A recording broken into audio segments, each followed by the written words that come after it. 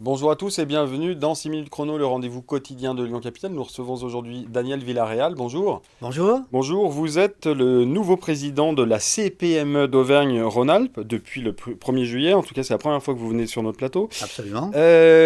Alors, l'entrepreneuriat a fait son credo. La maxime d'Alain, le pessimisme est d'humeur, l'optimisme de volonté. Une fois qu'on a dit ça, quel est le moral des patrons? Bien, c'est justement la question qu'on se pose en ce moment et qui nous préoccupe. C'est-à-dire que à l'instant T, Hmm. l'économie tient. Grâce aux mesures qui ont été prises, on va dire qu'on a réussi à contenir la vague de défaillance qui nous inquiétait. Mais aujourd'hui, les crises se succédant les unes aux autres, on arrive dans une situation très compliquée. Pour vous refaire brièvement l'histoire, on a eu les gilets jaunes, Ouais. puis le Covid, puis la guerre en Ukraine, qui a entraîné également toute une succession de crises comme l'hyperinflation, la Bah, crise le des coût des matières, matières la premières, matière première, l'énergie. le recrutement et l'énergie. Aujourd'hui, la crise énergétique, elle est vraiment prégnante pour nos entreprises Hmm. parce qu'aujourd'hui, on a des industriels qui ne peuvent plus payer leur électricité ou leur gaz, quoi. Quand vous parliez d'industriel, est-ce que, parce que là, effectivement, ces PME, c'est les petites et moyennes entreprises, est-ce qu'il y a quand même des différences entre les grosses entreprises et les plus petites, c'est-à-dire notamment sur les coûts Bien de l'énergie, sûr. le règlement des factures? Et évidemment, bien sûr, on sait tous qu'une PME, c'est pas une grosse entreprise en modèle réduit. Donc aujourd'hui, on a des gens qui ont signé le renouvellement de leur facture Mm. énergétique au plus fort de la crise, en septembre, en octobre, en novembre, et qui aujourd'hui sont coincés Mm. avec des contrats sur 2 ans, 3 ans, et qui ne peuvent plus faire marche arrière. Comment voulez-vous qu'un industriel qui a 50 personnes qui payait avant 4 000 euros d'électricité par mois paye aujourd'hui 40 000. Il ne peut pas s'en sortir, c'est pas Il peut possible. pas s'en sortir? Alors il y a des mesures qui ont été Alors mises en oui, parce que compte, bien Bruno Le sûr. Maire a annoncé qu'il y aurait un amortisseur Ah, électricité oh. qui allait permettre de voir les factures baisser de 20%. Est-ce que Non, c'est mais suffisant?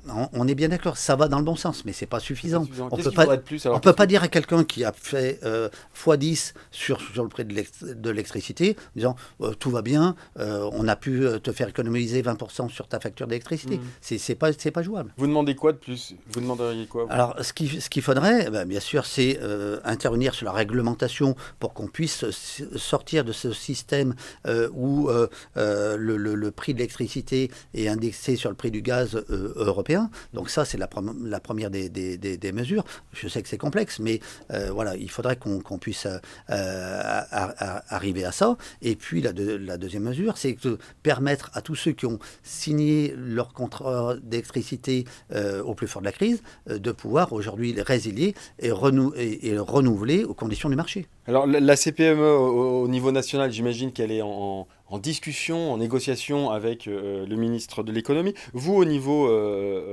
oralpin, au niveau de Mmh. Auvergne-Rhône-Alpes, vous êtes en relation avec le président de la métropole ou avec Laurent Wauquiez, le président de région ou pas? Oui, bah alors avec Laurent Wauquiez, on travaille vraiment de concert puisqu'on fait partie du fameux G6 Ouais. relocalisation qui travaille sur les grands sujets économiques du territoire.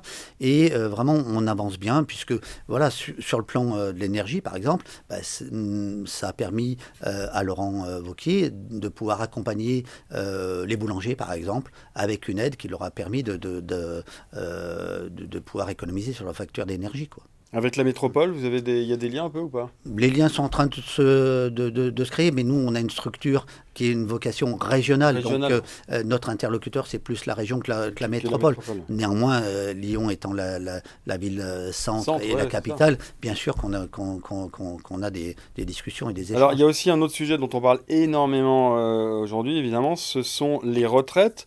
Alors, il y a toujours une idée, ça c'est le Cevipof qui disait Mm. ça en France, selon laquelle plus on avait des difficultés à conduire une réforme et plus ça faisait grandir l'image de celui qui la portait. Qu'est-ce que vous pensez de ce... Est-ce que la réforme des retraites, elle est aujourd'hui nécessaire et est-ce elle était finalement... est-ce Mm. qu'elle n'est pas un peu brutale? Brutale, je ne sais pas, puisque elle a quand même été légèrement amendée. Mais ce que je crois, c'est qu'on ne peut pas échapper au principe de réalité. C'est-à-dire qu'aujourd'hui, le système tel qu'il est conçu n'est plus à l'équilibre ou ne sera plus à l'équilibre dans les équipes. Ouais. On est tous d'accord là-dessus. Donc qu'est-ce qui nous reste comme solution à partir du moment où on est d'accord sur ce constat-là? Première solution, on diminue les pensions. Je ne pense pas que ce soit quelque chose qui soit souhaitable pour tout le monde.